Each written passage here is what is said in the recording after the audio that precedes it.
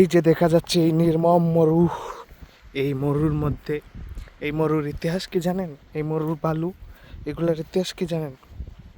এই বালির মধ্যে রাসূল সাল্লাল্লাহু আলাইহি ওয়াসাল্লাম যখন ইসলামের দাওয়াত নিয়ে চলে আসলেন, তখন সাহাবায়ে কেরাম রাদিয়াল্লাহু তাআলা আনহু ইসলাম গ্রহণ করতে শুরু করলেন।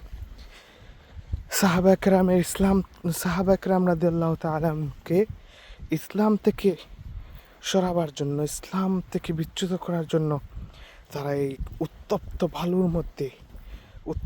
বালির মধ্যে শুইয়ে উপরে পাথর দিয়ে রাখতো।